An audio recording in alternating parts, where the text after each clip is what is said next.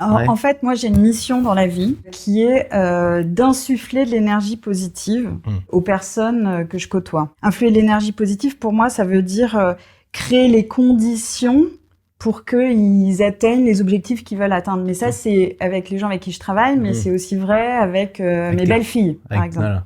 Voilà. Et c'est de dire, mais non, mais tu peux y arriver. Et donc, de se créer ces conditions. Donc, il y a des fois, je me trouve très pom-pom girl, en fait, de dire... Parce que tu en fait, cette énergie positive, c'est dire, mais déjà, l'objectif que tu poursuis, il est super. Et puis, oui, tu peux y arriver. Et puis, si je peux t'aider à y arriver, ben, pourquoi pas, quoi. Et en tout cas, ça, c'est quelque chose qui me motive, qui me drive énormément. Et bien avant de manager, en fait, c'est quelque chose en fait, ça me drive bien avant de manager. Ouais. En fait, moi, je suis issue d'une famille d'enseignants. D'accord. Et je pense que j'ai hérité de ces valeurs-là aussi, en me disant, mais non, jamais je voudrais être enseignant quand j'étais petite et que ça. Et en fait, je m'aperçois que c'est quand même ce que je fais, qui est une notion de transmission, mais de créer ce champ des possibles. Pour moi, c'est ça le management, c'est créer ce champ des possibles et que les personnes s'approprient ce champ des possibles, se disent, ben oui, je peux le faire et je vais y arriver, quoi.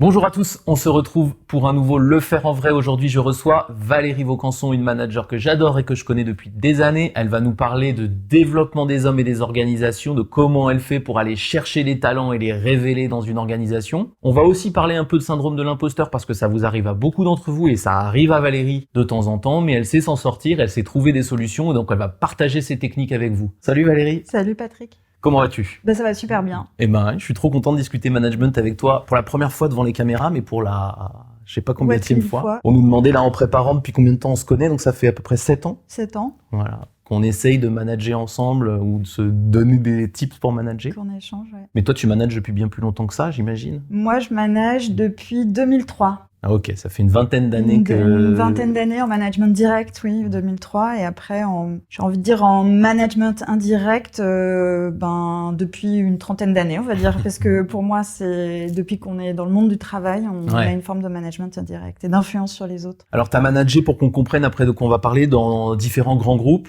Hein, c'est plutôt une carrière de grand groupe, un peu moins sur les derniers mois où tu vas avoir des expériences un peu différentes, mais globalement, c'est du grand groupe. Oui. Des grands groupes internationaux avec des structures bien matricielles. Bien matricielles, pas forcément centrées en France. Donc en plus, tu vas avoir des gens un peu partout dans le monde qui vont interagir avec toi. Des équipes en France qui vont aller en gros, c'est quelle taille ? Alors en fait, moi, j'ai une carrière où j'ai 2 types d'expériences depuis que je suis en position managériale. Une où j'ai des équipes directes en France et à l'étranger. En France, j'ai eu des équipes jusqu'à 150 personnes, des équipes plutôt marketing, vente, donc avec du management de managers avec des hiérarchies assez longues, on va dire, et puis des personnes qui sont proches à côté de toi dans les bureaux, et puis des personnes qui sont loin et que tu vois pas tous les jours, ce qui est une problématique aussi un peu différente. J'ai des grosses expériences de management aussi en matrice à l'international, avec des postes européens, mais où je travaillais avec 23 affiliés dans 23 pays différents. Et même si vous n'êtes pas responsable directement, vous avez une grosse influence. Et pour moi, c'est une expérience importante en termes de management. Ouais, on essaiera de mixer un peu les deux. Ouais. Alors moi, quand on s'est connus, t'avais une expérience de management direct. Donc c'est là que t'avais ton équipe de 150 personnes. Ouais. C'était un job de directrice générale d'une entité complète dans un grand groupe pharmaceutique, en gros, pour faire simple. Et là, vraiment, t'as des équipes de vente, mais pas que. Marketing. Voilà, des équipes marketing. Plutôt business, carrément business, il n'y a pas la production. Ouais. Et puis, effectivement, un niveau de management en dessous de toi et ensuite des équipes de, même peut-être 2 niveaux. 2 niveaux de management, 2 niveaux et ensuite des équipes de terrain qui sont dispatchées sur tout le territoire français et qui vont vendre les produits à ceux qui les achètent, c'est-à-dire en l'occurrence, là, on est dans des hôpitaux ou des... Oui, les hôpitaux, j'ai fait les pharmacies, enfin voilà, différentes forces de vente. En tout cas, c'est dans ce secteur-là dont on parle. Et alors moi, je voulais te recevoir parce que d'abord, nous, on a beaucoup parlé de management tous les deux depuis qu'on se connaît. T'as aimé ça tout de suite, toi, manager les gens, c'est tout de suite quelque chose qui t'a plu ou Non, ça m'a fait peur pendant pas mal de temps. C'est-à-dire que quand j'ai commencé mon premier rôle de manager en 2003, ça faisait quand même bien 10 ans que je travaillais. Et ce que je disais, c'est que j'adorais travailler avec toutes les fonctions de l'entreprise. Moi, j'ai commencé ma carrière au moment où on n'était pas encore globalisé. Donc j'étais dans un grand groupe agroalimentaire à ce moment-là. D'accord. Mais j'avais en charge toute la gestion de la chaîne de valeur, du R&D à la production, en passant par les ventes. Et j'adorais cette notion de chef d'orchestre. J'étais au marketing. Mais pendant un certain temps, je me suis dit, ah ben non, j'avais très peur d'aller dans des postes de management. Voilà, ça me faisait peur. Je me disais, je vais pas être bonne, ils vont pas m'aimer, je sais pas quoi leur apporter, etc. Et en fait, ça s'est fait un peu naturellement. Vous commencez par une personne, 5 personnes à manager, 20, 120. Ça a été un peu le parcours.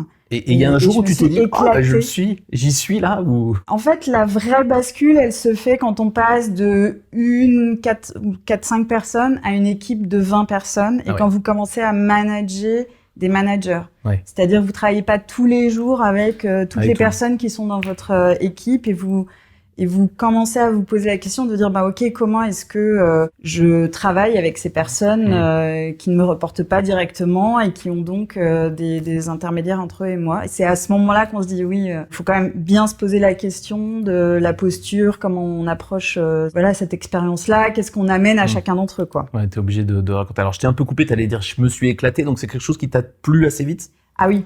Pour moi, c'est un des intérêts du monde du travail, c'est le management. Mais encore une fois, pas forcément que en direct. Ouais. Moi, ce qui m'éclate surtout, c'est le développement des personnes et des organisations. Donc, vous êtes pas obligé d'être en position de hiérarchie pour faire ça. Ça, c'est super important. Mais en tout cas, c'est une de mes plus grandes satisfactions au boulot, ça, c'est sûr.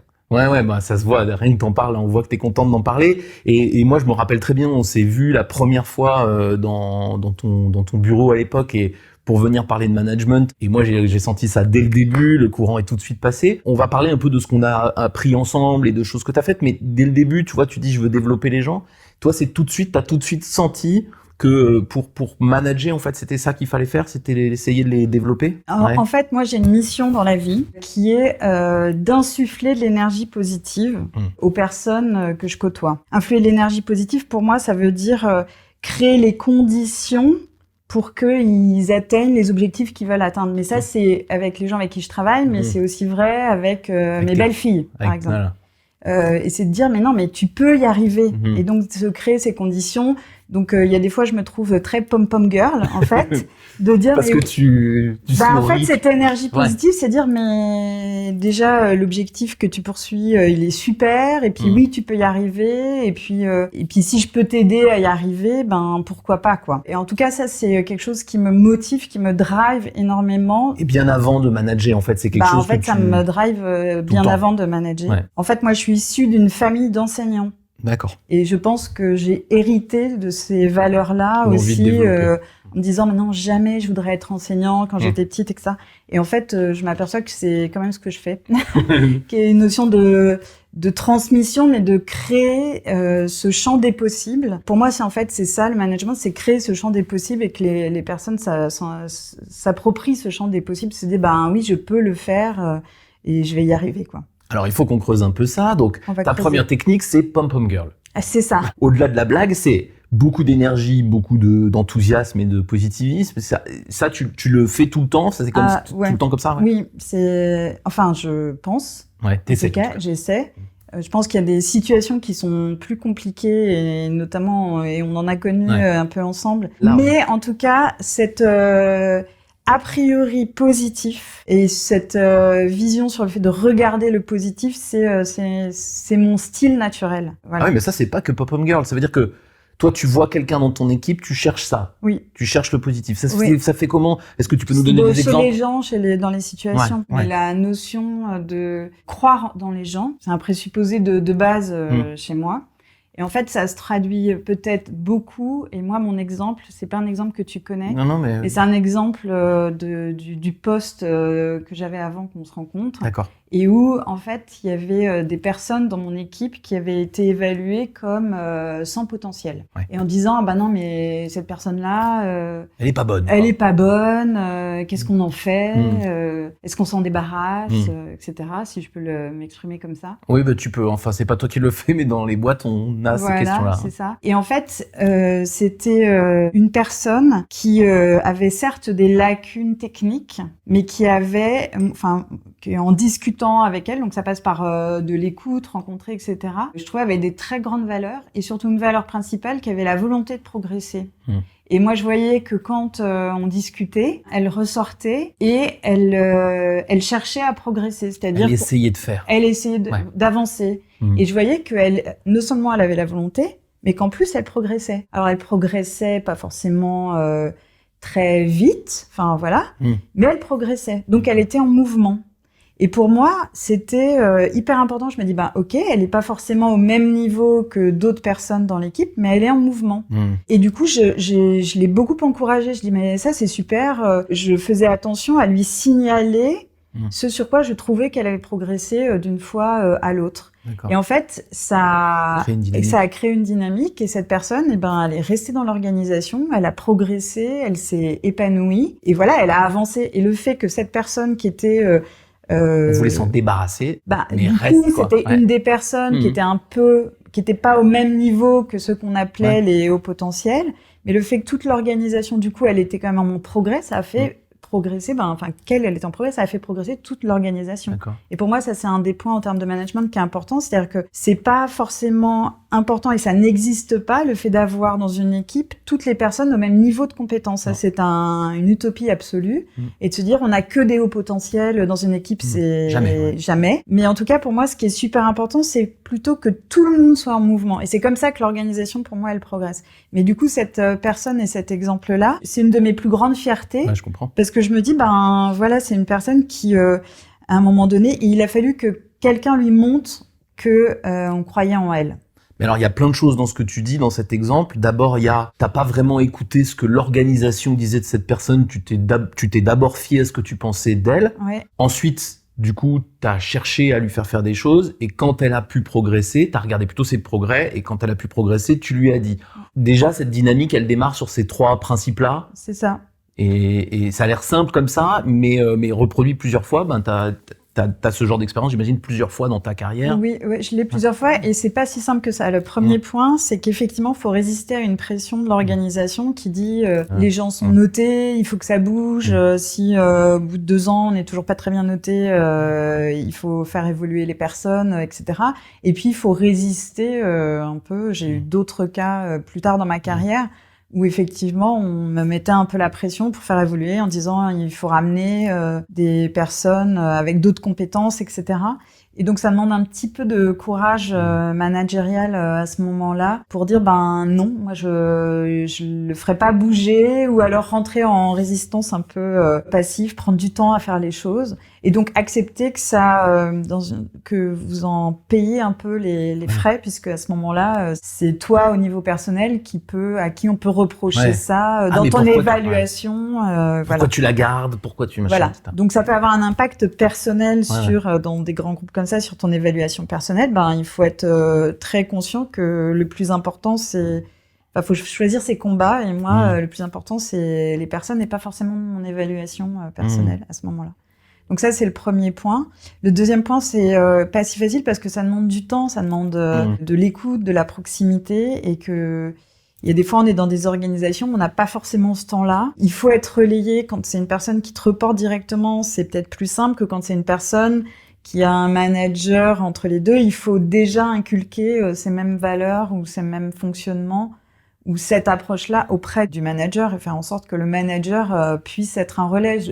Quand tu as une équipe avec des managers, c'est pas toi qui fais, il faut que ce soit les managers qui adhèrent, qui en soient capables et surtout qui adhèrent à ce genre de choses. À ce principe-là, il faut que leur inculquer ces priorités-là. Voilà. Mais après, il y a une vertu et un bénéfice absolu à donner sa chance à tout le monde. À la fois pour l'entreprise, pour la personne et pour toi, quoi. Tu vois bien que tout le monde est gagnant. Tout le monde est gagnant. Et quand on travaille dans les entreprises à essayer de faire en sorte que les gens soient bien au travail, soient engagés, soient performants. Ma conviction, c'est que un des éléments clés, c'est ce développement personnel et collectif, du coup, parce que si tu te développes personnellement, ça a un impact sur le collectif. Moi, je suis intimement convaincue que le développement, c'est un des facteurs absolus et clés de l'engagement et du bien-être au travail, quoi. Ouais, et alors tu le mentionnais il y a quelques minutes, c'est que tu l'as fait avec des gens dont l'entreprise disait qu'ils étaient à faible potentiel. Mais pour le coup, là, je sais que tu l'as aussi fait avec des gens dont moi j'estime que le potentiel était élevé, coucou Julie, Ça s'applique aussi à des gens qui ont du potentiel, qui ont des choses, et cette Julie dont je parle, c'est quelqu'un qui était à un niveau proche de toi, hein. Et donc tu l'appliques aussi à des gens qui ont du potentiel. Et est-ce qu'il y a des difficultés différentes? Comment ça se passe quand tu es avec des gens qui sont déjà forts? Il peut y avoir des gens très bien évalués par l'entreprise, d'un point de vue compétence, d'un point de vue résultat. Et puis il y a le comment ils font les choses, quelles sont leurs valeurs, etc. Et pour moi, les gens forts, c'est évidemment les gens qui sont performants d'un point de vue résultat, de ce qu'ils délivrent et résultats, et qui sont aussi performants d'un point de vue valeur, leadership, mais surtout aussi qui veulent continuer à progresser.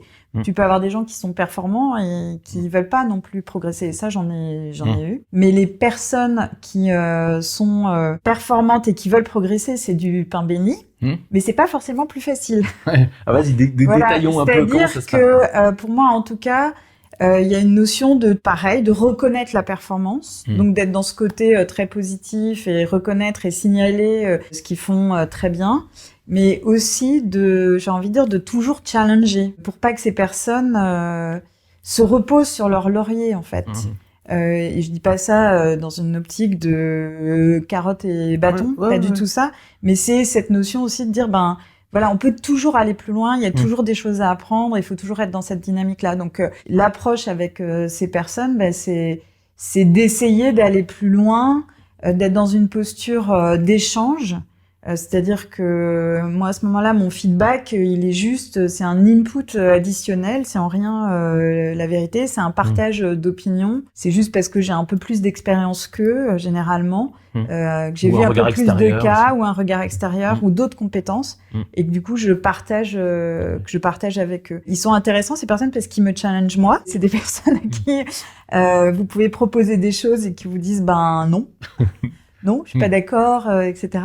Et du coup, ça m'a remis beaucoup en cause et en question dans ces cas-là, où effectivement, on est obligé de se poser la question de dire, ok, comment je leur amène de la valeur, quoi. Et sur quelle dimension je leur amène de la valeur? Sur ce côté-là, ils ont pas forcément besoin de moi. Il y a toujours un élément de valeur, si c'est pas de l'expertise, j'ai envie de dire, sectorielle, ou ça peut être un peu d'expertise métier ou du business management, ou comment on va faire une segmentation client, ou comment est-ce que du management pur, etc. Ouais. Mais il faut toujours, toujours poser la question de, comment je vais amener de la valeur à cette personne-là? Généralement, quand même, la première valeur qu'on amène, c'est l'écoute. Être dans l'écoute quand ces personnes arrivent vers vous et puis qu'ils ont juste un problème et qui téléchargent, qui mettent ça sur la table, et même si vous n'avez pas si vous pouvez pas contribuer à la solution, rien que le fait d'écouter, c'est un bon point pour eux, quoi.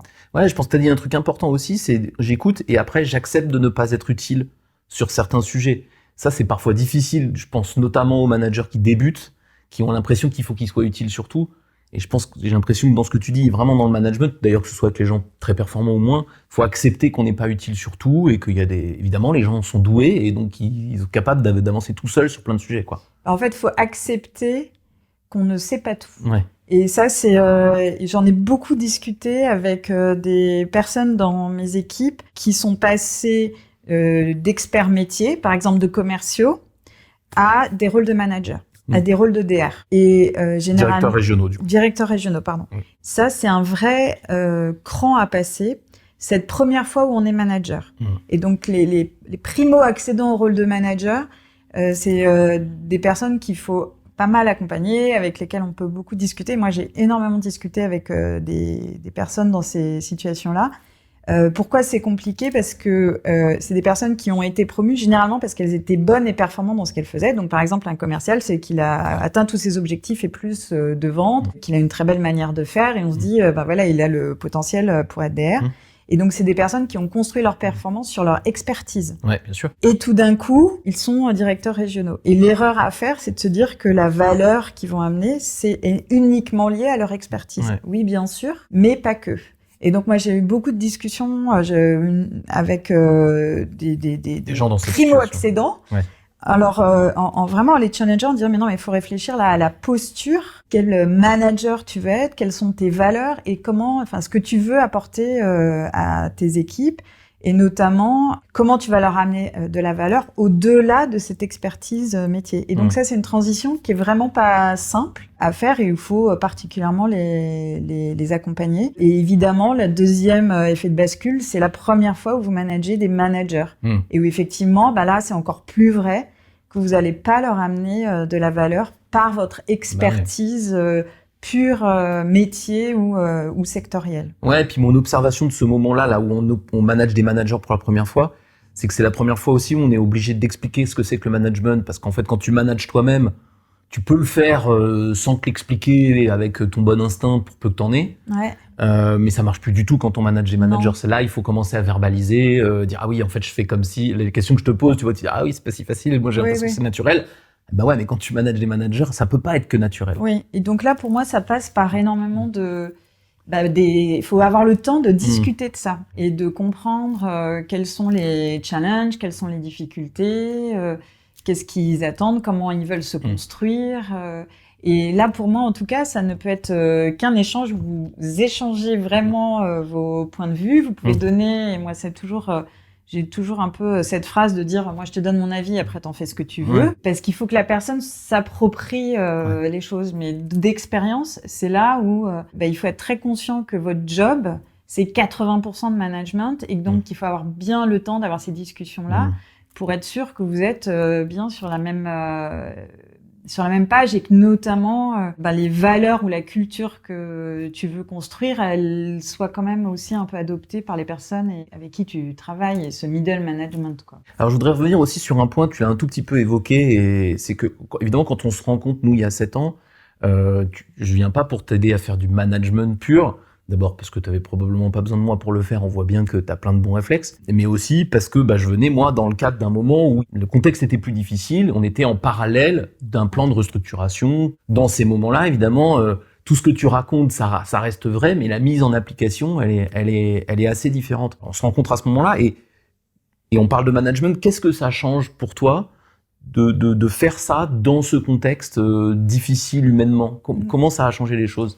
C'est un contexte qui est effectivement très difficile humainement, où moi, mon objectif qui est d'insuffler l'énergie positive, elle est beaucoup plus challengée dans un contexte de transformation et de changement organisationnel qui impacte directement les personnes. Mes principes à ce moment-là, c'est d'être très présente, de communiquer tout ce qui est communicable. On sait qu'on est dans des cadres très contraints d'un point de vue juridique, mais néanmoins, il faut être le plus transparent possible dans ce qu'on peut dire, éviter de prendre les personnes pour des abrutés. Enfin voilà, on est tous adultes et tout le monde peut comprendre ce qui se passe.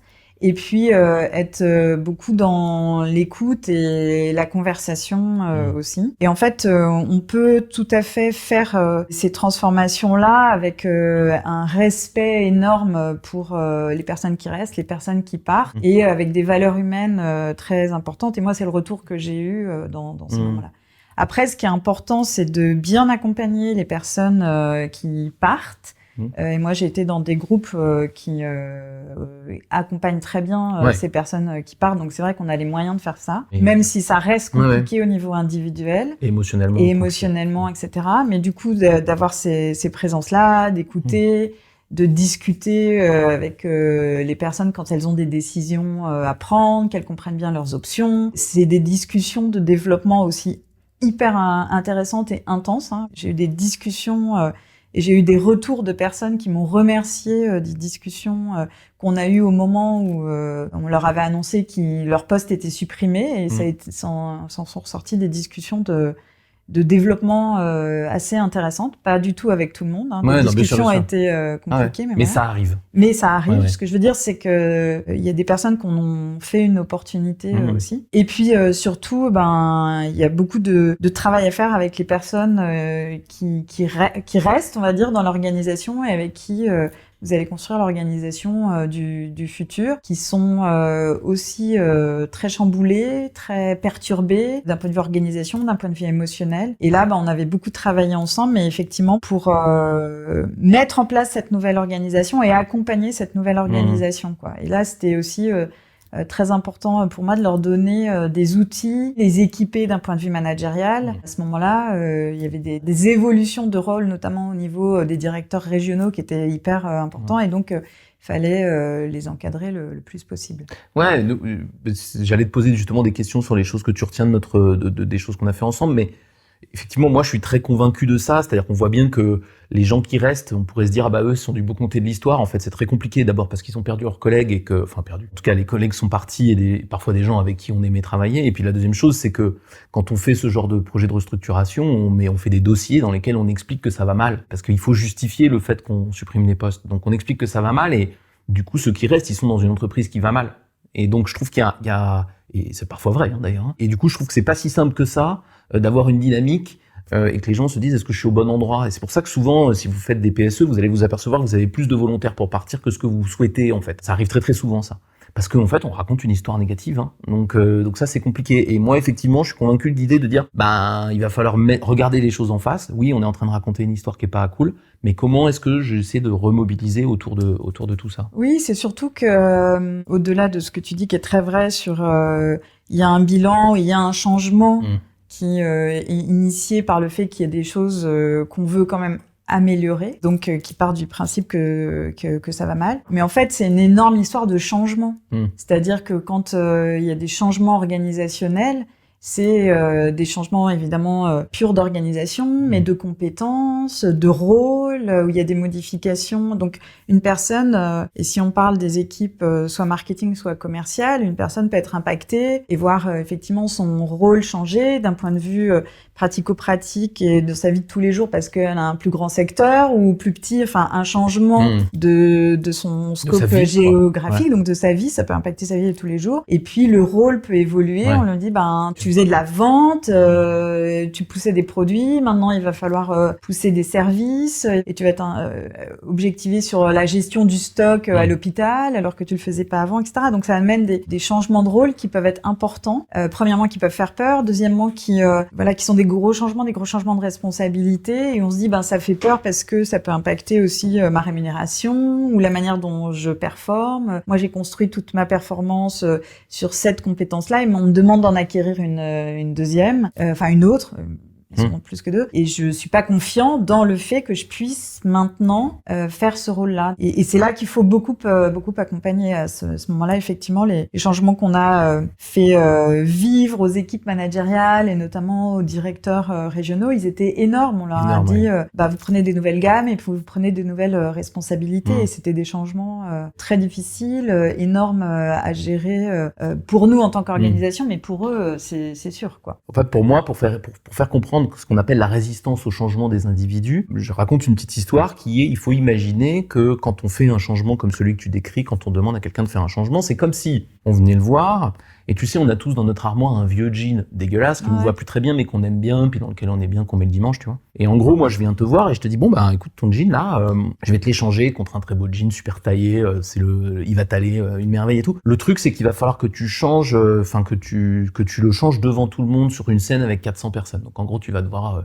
te mettre nu devant tout le monde, mais après t'auras le jean et il est tout neuf et il est vachement bien. Et pour moi, cette histoire, elle raconte bien ce qu'est le problème du changement, c'est-à-dire que on a l'impression que c'est tout beau, tout neuf, et que le nouveau jean, il est vachement mieux que l'autre, mais on se rend pas compte que le passage entre les deux, il est horrible. Et pour moi, il se rapproche énormément du complexe que la plupart des gens ont sur la nudité. Et c'est ce que tu décris sur la compétence. La nudité dans l'entreprise, c'est pas la nudité physique, c'est la nudité de compétence. C'est-à-dire que j'étais directeur régional, je savais faire des choses, j'étais peut-être même bon. Et là, on me dit d'en faire autre chose. Il y a une possibilité que je ne sois plus bon. C'est ça. Et ce passage-là, pour moi, c'est ça. Et c'est pour ça qu'on fait du collectif. Parce que si cette histoire de jean, on le fait 400 en même temps, chacun s'occupe de son truc et puis on se regarde plus dans ce moment de gêne et ça va mieux et on en fait un moment beaucoup plus banal. Mais c'est ça en fait le problème du changement et c'est ce que tu racontes. Alors moi j'en ai une autre anecdote, un exercice une fois que j'ai fait en formation à Londres, dans une formation sur la transformation numérique. Et on a fait un exercice où on était en paire comme ça et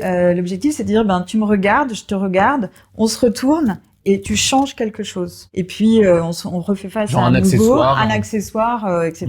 Mais tu as changé quelque chose dans ton apparence et l'autre devait le repérer. D'accord ? Et tu fais ça 3-4 fois. Eh bien, systématiquement, quand tu choisis de changer quelque chose dans ton apparence, si là je devais le faire, par exemple, je commencerais à enlever ma bague, je commencerais à enlever mon bracelet, enlever une chaussure. Les faciles. Ouais. C'est toujours ce que tu perds. Tout le monde, les 3 premiers rounds, c'était des choses qu'ils avaient enlevées. Et c'était pas des choses qu'ils avaient rajoutées. Ouais. C'est-à-dire qu'ils étaient pas allés dans le coin pour rajouter un manteau. Ouais. Et donc ça, c'était l'analogie de dire le changement perçu. Enfin, quand on se dit on va changer, tout le monde et la réaction naturelle, ça veut dire je vais perdre. Ouais. Donc ça revient à toi. Et plus t'enlèves, plus tu te dis putain, je vais perdre un truc que j'ai et pas du tout. Donc tu vas te retourner tout nu. Ouais. Voilà. Donc ça arrive à ton histoire d'une idée. Mais ça m'avait beaucoup marqué. Parce que je me dis, ah oui, donc quand on est dans une transition, en fait, et dans un changement, on se dit fondamentalement, je commence par perdre avant, au bout de 4 fois, de se dire, bah non, mais là, j'ai plus rien, je vais pas finir à poil, je vais commencer à rajouter des choses. Pourquoi pas un manteau, c'est un changement. Voilà. C'est pas naturel. Fondamentalement, on se dit qu'on va y perdre dans un changement. Ah, elle est super, cette histoire. Ouais, voilà. Je connaissais pas. Et du coup, c'est intéressant parce que même si, in fine, il peut y avoir plein de choses positives, notamment dans un changement lié à des compétences, qu'on soit dans une situation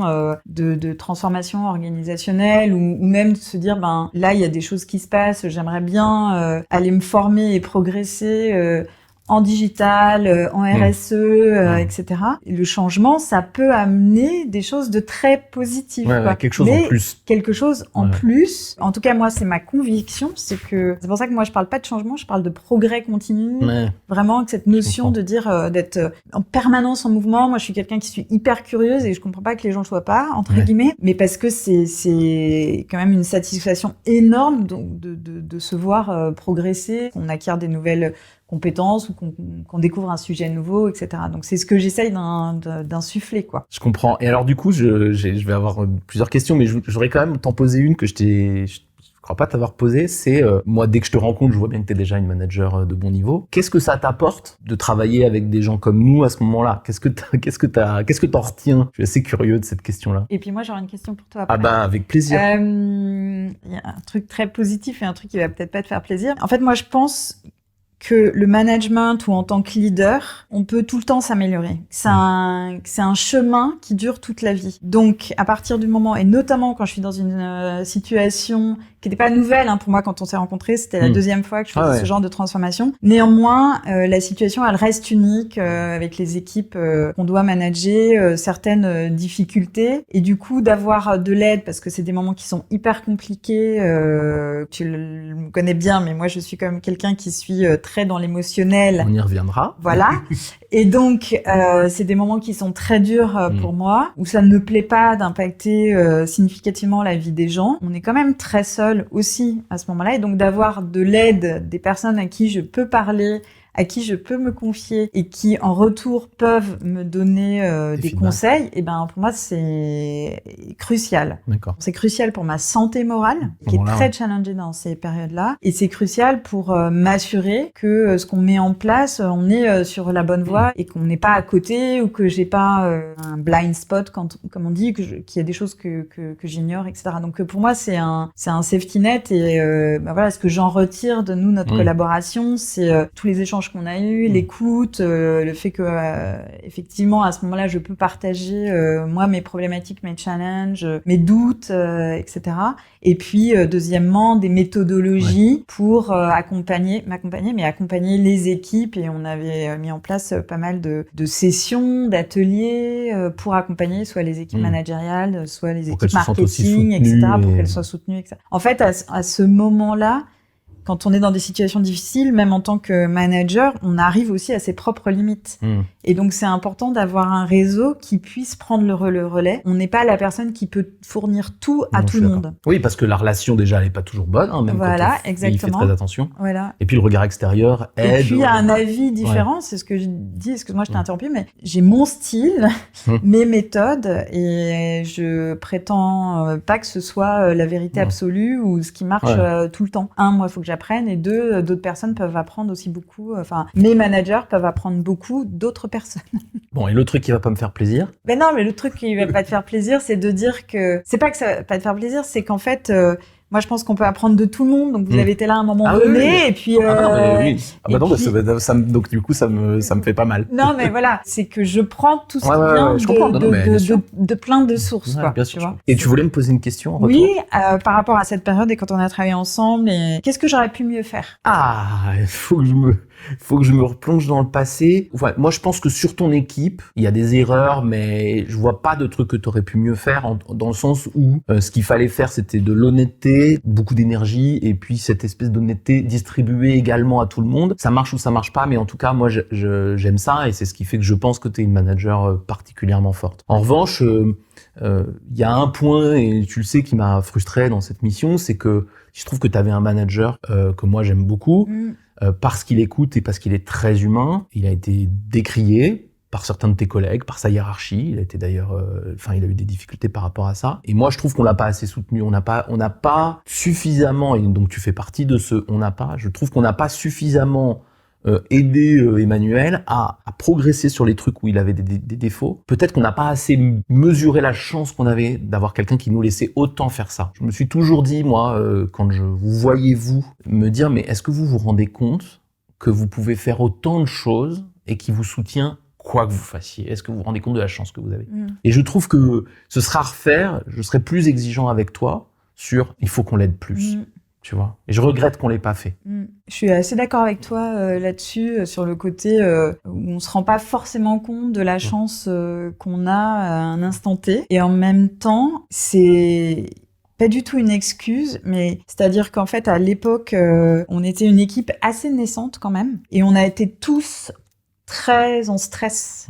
Et je pense que du coup, on était très en stress aussi un peu individuel. Et comme on était une équipe aussi un peu naissante, on est resté peut-être un petit peu isolé avant de devenir très solidaire. Le processus nous a amené cette solidarité, mais plutôt en fin de processus. Moi, c'était un bon apprentissage sur une dynamique d'équipe pour créer une solidarité. Mais oui, je suis d'accord avec toi. C'est-à-dire qu'à un moment donné, d'être en soutien aussi de ton manager, c'est quelque chose qui peut t'amener des bénéfices à toi, quoi. Et tu vois, en t'écoutant, je me dis d'ailleurs, je pense que c'est quelque chose que t'as pas assez fait, mais en fait c'est un peu mon échec à moi aussi, c'est-à-dire que moi, dans ce cas-là, je pense vous avoir bien aidé chacun dans votre moment, moi, mes équipes et moi, mais j'ai pas réussi à générer ça plus tôt, plus vite, et avec cette conséquence qui est qu'on n'a pas soutenu ce manager qui probablement s'est isolé. Il a sa part de responsabilité, mais n'empêche que on n'a pas, moi j'ai pas réussi à vous faire ça, vous l'avez pas fait. Et mais parce qu'on était tous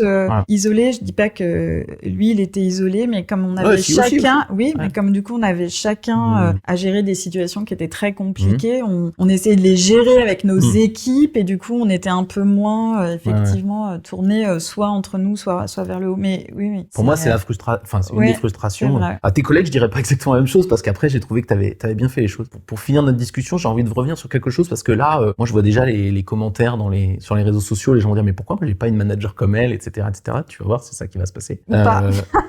Tu vas voir. Je prétends pas du tout que 100% des personnes que j'ai managées soient... Non, c'est sûr que non. Moi non plus, je prétends pas 100%. Je pense que les gens qui vont te regarder vont se dire, pourquoi moi j'ai pas des managers comme ça? Parce que je pense que tu es au-dessus de 90% des managers que je croise, pour toutes les raisons que tu viens d'exposer. Et c'est pas moi qui le dis, je pense avant de le dire, les gens ils sont déjà en train d'écrire que c'est incroyable. On commence à avoir un peu d'expérience, je vois très bien ce que les gens vont aimer, et tu verras. Et moi, ce que je voudrais dire, et notamment je m'adresse aux gens, c'est que on pourrait se dire, Valérie, c'est une manager super à l'aise, super souriante, un peu pom-pom girl et tout. En fait, t'as vachement de doutes. Parfois, on appelle ça le syndrome de l'imposteur. C'est quelque chose qui existe chez toi. T'as dit que t'étais émotionnel. Et je t'ai demandé est-ce qu'on pouvait parler de ça, et t'as accepté. Donc, est-ce que tu peux me parler un peu, justement, de ce qui se passe chez toi quand t'as des moments de doute? Comment ça arrive? Qu'est-ce qui t'aide pas? Et à quoi ça sert ou à quoi ça sert pas, quoi? Des moments de doute, j'en ai beaucoup. Et il y a des fois, je me flagelle un peu parce qu'en fait, je crois que c'est moi qui vais les chercher, ces moments de doute. En fait, moi, je suis quelqu'un, je l'ai dit plus tôt, mais je suis extrêmement curieuse et j'adore progresser, me développer, découvrir des autres choses.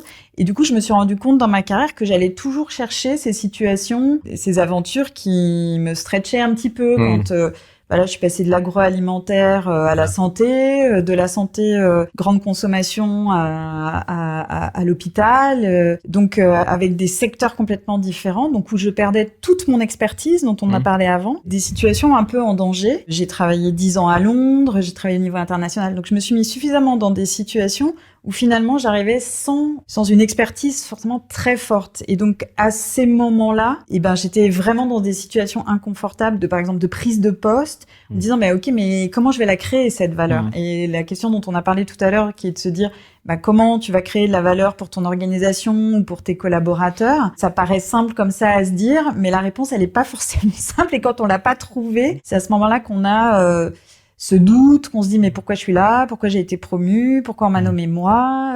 Ça m'est arrivé pas mal et souvent à ces changements de poste, mais après à différents moments dans des situations un peu différentes. Et donc à ce moment-là, ma stratégie, c'est de vraiment réfléchir.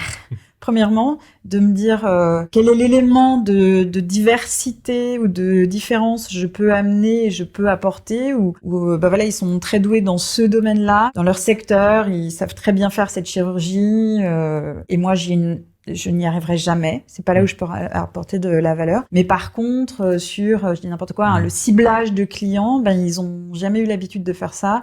Et moi, j'ai fait ça dans une autre vie, donc je peux leur amener. Et puis, comme je l'ai dit tout à l'heure, l'écoute, elle peut être utile. Mais ça demande beaucoup de réflexion et ça demande une capacité à apprendre très rapide. Ça a un avantage.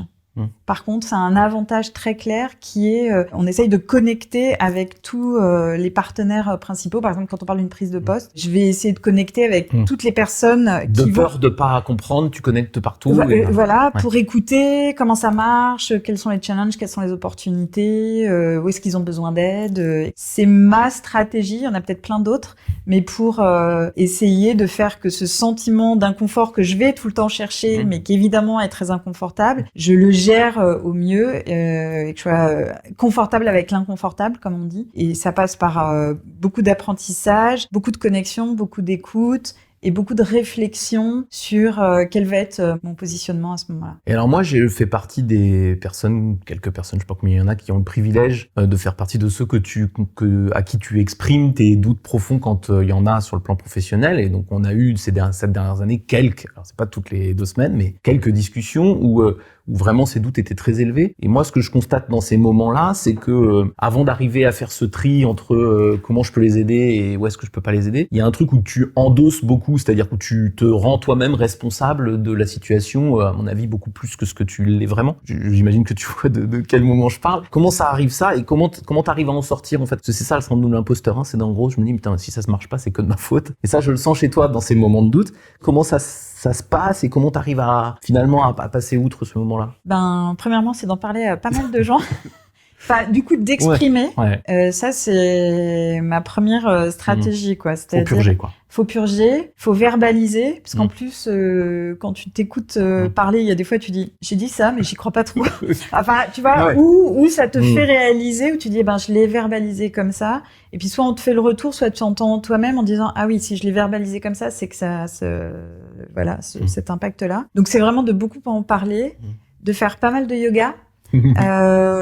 Pour reconstruire, pour mettre le corps en alignement avec l'esprit. Encore une fois, d'aller chercher tous les éléments positifs pour reconstruire la confiance, parce que généralement, ça, évidemment, ça a un impact sur la confiance en soi. Je me fais un petit auto-check en me disant, ok, mais regarde tout ce que t'as fait. Donc non, c'est pas forcément, c'est pas une catastrophe ou t'es pas complètement perdu. Tu en parles. Oui. Tu auto-check ce que t'as fait. Tu fais du yoga. Ça pourrait être du sport, n'importe quel sport. Non, ce que je veux dire, c'est qu'il faut aligner tu mets le corps et tu regardes les choses positives. C'est ça que tu m'as dit. Je regarde les choses positives. J'essaye de gérer, la charge émotionnelle. Pour moi, c'est cette gestion de la charge émotionnelle et de casser une certaine spirale émotionnelle qui fait que tu montes un peu dans les tures pour redescendre. Et en fait, mon dernier point, c'est un motto, un mantra assez important qui est de dire, on ne contrôle pas ce qui nous arrive, on contrôle la réaction et la manière dont on y réagit. Et du coup, de se rendre compte qu'on a un certain pouvoir devant cette situation. Il faut juste se lever et la prendre en charge. Même ce syndrome de l'imposteur, ça c'est quand on voilà, on est un peu, peut-être un peu en victimisation, mais c'est aussi un driver très fort pour moi. Mais moi, c'est ce que je dis souvent. Alors, je te l'ai dit à toi plein de fois, mais je le dis souvent et je m'adresse à ceux ou celles qui ont ce problème-là de temps en temps. Je trouve que ça va de pair avec des gens qui progressent beaucoup, hein. C'est-à-dire que les gens qui progressent beaucoup sont des gens qui se posent beaucoup de questions. 90% du temps, c'est super, et 10% du temps, on s'en pose trop. C'est là aussi quand on va positiver. C'est toujours très très problématique de se juger juste sur le moment où on est mal. Et il faut arriver, et c'est vrai qu'en parler aux autres ça aide, mais arriver à se dire ah oui, la plupart du temps cet état d'esprit il me fait progresser. Et puis de temps en temps cet état d'esprit il me nuit à moi-même. Et donc il faut apprendre à être soi-même, mais à 90% et pas à 100. Oui, hein. mais c'est difficile à faire. Mais absolument.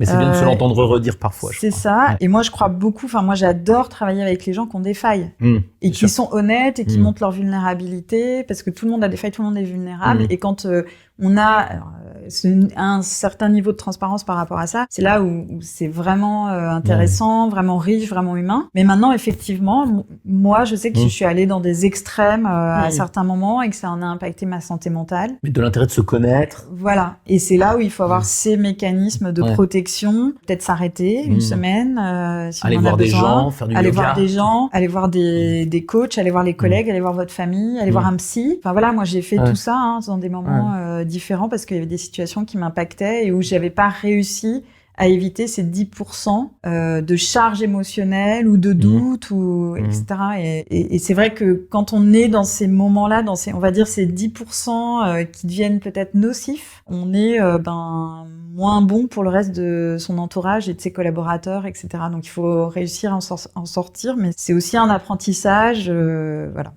Tout au long d'une vie. Là, je vais faire mon youtubeur, mais pour les gens qui ont ça aussi, mettez en commentaire vos techniques, parce qu'il faut vraiment partager les techniques. Pour moi, ça arrive à plein de gens très bien, notamment d'ailleurs à tous les gens qui essaient de progresser. Toi, tu as des techniques que tu viens de nous partager. Partagez vos techniques, il y en a plein qui marchent. Il faut avoir une grande bibliothèque. Voilà. Et si vous en avez pas, c'est bien de piocher peut-être dans la technique de Valérie, mais ça peut être dans la technique de quelqu'un d'autre. Et n'hésitez pas, moi aussi, je vais en parler moi j'en parle d'abord à mon associé, Charlie, c'est la première chose que je fais, je viens me plaindre, il râle, mais ça m'aide. Et puis après, j'ai plein d'autres gens à qui j'en parle, mais c'est vrai que c'est mon réflexe premier, je continue à faire du vélo, donc pareil, tu vois, le physique aussi, parce que moi aussi je suis assez émotionnel, donc quand tout va bien, je déroule, et puis quand ça va moins, c'est plus dur. Donc je trouve qu'il faut vraiment partager, faut pas rester seul par rapport à ça, c'est compliqué. Quoi. Oui, absolument, quoi. Faut en parler et se décharger un peu. Je pense qu'on a vraiment fait le tour de ce qu'on voulait dire. Est-ce que toi, tu avais quelque chose que tu voulais ajouter, si tu voulais t'adresser à des gens qui commencent dans le management? Qu'est-ce qu'il faut retenir, le truc qu'il faudrait qu'ils gardent en tête? Ça serait quoi, toi?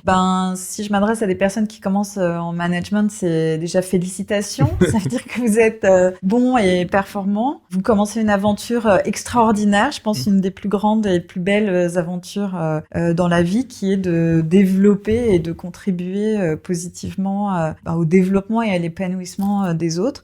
Et puis, c'est une responsabilité énorme, une grosse responsabilité vis-à-vis de vos équipes, et du coup, faut y consacrer le temps et l'énergie, quoi. Et beaucoup de sincérité, c'est ce qu'on comprend. Et énormément d'authenticité. En tout cas, pour moi, c'est une des valeurs clés, et du temps et de la bienveillance pour les autres, quoi. Il faut y aller avec les bonnes valeurs. Et c'est chouette, et c'est un beau métier, je suis d'accord avec toi. C'est la plus belle aventure pour moi. On va terminer sur cette phrase-là. Donc, c'est Valérie Vaucanson. Si vous voulez la retrouver, vous la retrouverez sur LinkedIn. J'imagine que tu dois être quelque part sur LinkedIn. Merci beaucoup pour le temps que tu as passé avec moi. Une fois de plus, c'est toujours un plaisir, j'adore. Et puis, on se retrouve pour un prochain Le Faire en Vrai avec des nouveaux managers à découvrir. Merci beaucoup.